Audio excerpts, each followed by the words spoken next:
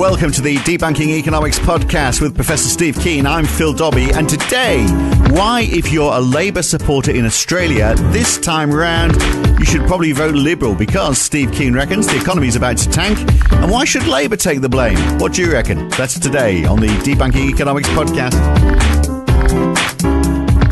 Right, well, talk about a regurgitated idea. Steve Keen was talking on another podcast. Yes, I know. And he suggested that now wasn't a good time to be in government in Australia. Then he wrote a blog piece on it, and now we're talking about it. So this is sort of third-hand news in a way. But look, you've said this before, Steve. If the Liberal government wins and of course the Liberal government in Australia is what we'd call the Tory party in the UK. It's the right-wing government rather than being Liberal. But if the Liberal government wins the election in Australia, then you reckon they're going to oversee a big downturn in the economy, which you reckon rather than Labour doing it, is basically what you say. But you know what? If they've got good spin doctors, they can probably claim it's nothing to do with them. Politicians have done that so many times in the past, haven't they?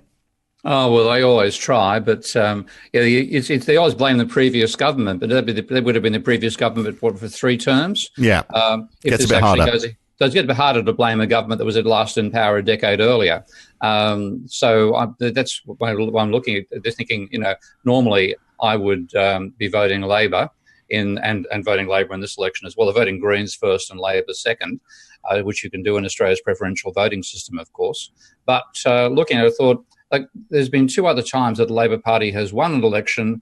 Everybody's been absolutely enthusiastic about it on the progressive side of politics. And 3 years later, they're booted out with an economic catastrophe that was blamed on them, but was really just the manifestation of trends that were already well and truly in place before they got elected. Well, it took a while last time, though, didn't it? Because Labour, I mean, how much did they really suffer from the 2008 financial crisis? They took over from John Howard.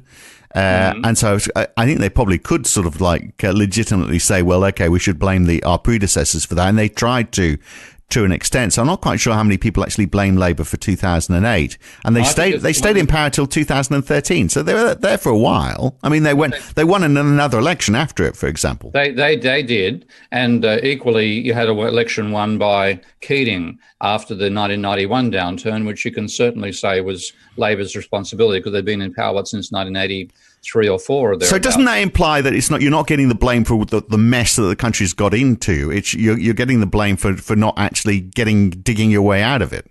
To some extent, but I think at the same time, as soon as they the classic I'm thinking of is the Gough Whitlam government, which everybody blames, and it includes the Labor Party itself, blames Labor being kicked out and being out of power for quite some years, and after the rise of John Howard as well, on the failings of the Whitlam government. Now, I'm not going to defend their economic policy in some ways because I oppose their tariff cuts and a range of other policies they undertook, which they thought would make the economy more competitive, that actually hollowed out the manufacturing sector. But they were hit by the bursting of a property bubble in Sydney in particular that began to burst in 1973, just after they were elected. And the credit, and there was it was not just a Sydney-based phenomenon. You found the same thing happening in America as well. There was a serious downturn in 74, 75. I really said that a dividing line between the post-war prosperity period, what they call the golden age of capitalism, pretty much came to an end in 73, 74 around the world. And Gough Whitlam was unlucky enough to be the Australian Prime Minister at the time, so he copped the blame for this global phenomenon. Yeah. And equally, if you look at how Tony Abbott attacked the Labor Party to win his election against 2013 or whatever it was, he was blaming them for the global financial crisis, blaming them for not for the crisis itself, but blaming them for the remedies they took against it, the large-scale government spending, the cash handout, the building stuff in schools, the national broadband network, et cetera, et cetera. Yeah. And to whatever extent you can say it's the major factor, most of the electorate bought it. Enough to get him the prime ministership. Well, they do, don't they? Because it's almost like people say, well, okay, government spending is something that governments have got control of. I mean, your point is, this high debt level in Australia, which has kept rising, the high public debt and household debt, is what's going to be the comeuppance. But, did the government in the USA get the blame for the subprime crisis in 2007? I mean, George W. Bush was blamed more for racking up government debt than he was for the subprime crisis. That was the fault of the banks, not the government. So people assume that governments have got control of budgets, but they haven't got control of what, of everything else that's happening in the economy. They're just, very good at keeping a household budget, in other words, and anyone who racks that up is doing bad. And that seems to be the pattern in Australia and to a certain extent in the UK and certainly in the USA. Yeah, but of course, analytically, it's wrong. But the thing is, but that's the way people think, and that's the way governments get them to think. But that's true, and but of course, it's the Labor Party as well as the Liberals in Australia's case, the similar Labor and Tories in the UK, ditto the Republicans and Democrats in America. They all obsess about showing how they're good managers of a household budget when they're actually running a country. We are, fiscal management, sound fiscal management is the phrase everyone uses. And that's, the MMT debate is doing a welcome job of exposing the illogical elements of that. So, but the trouble is the electorate still goes that way and still looks at the short term. I think that whoever is in power in the next 3 years in Australia is going to cop a load of abuse from the other side, whatever side that might be, for the failings of the economy, when in fact it's something which has been run up, particularly in Australia, since, it goes right back to, in Australia's case, that if you look at the debt bubble that began back in 1975 to some extent. But you can blame it on Keating, you can blame it on Hawke, you can blame it on Howard, letting all this stuff happen.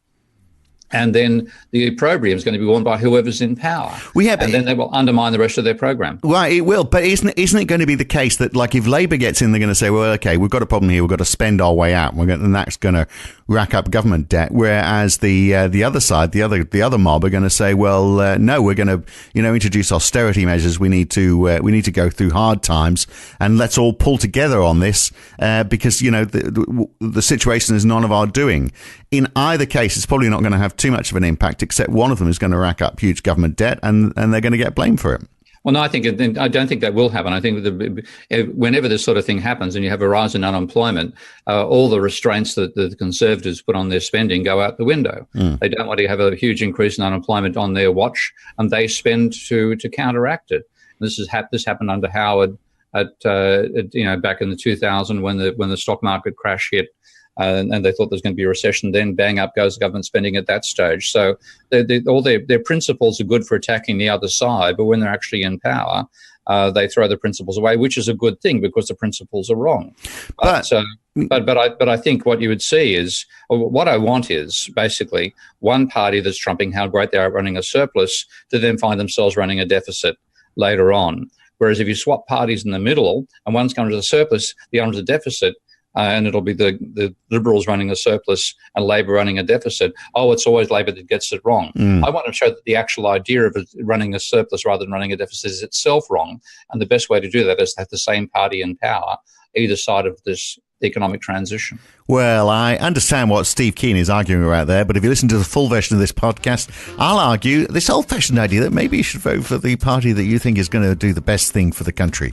You decide by listening to the podcast in full, and you can hear it in full by becoming a subscriber at debunkingeconomics.com, or support Steve Keen on Patreon. Go to patreon.com/Prof. Steve Keen. Pledge $10 or more support to his work each month, and you get access to this and all the other podcasts in this series. I'm Phil Dobbie. That's Steve Keen. We'll be back again very soon. Thanks for listening.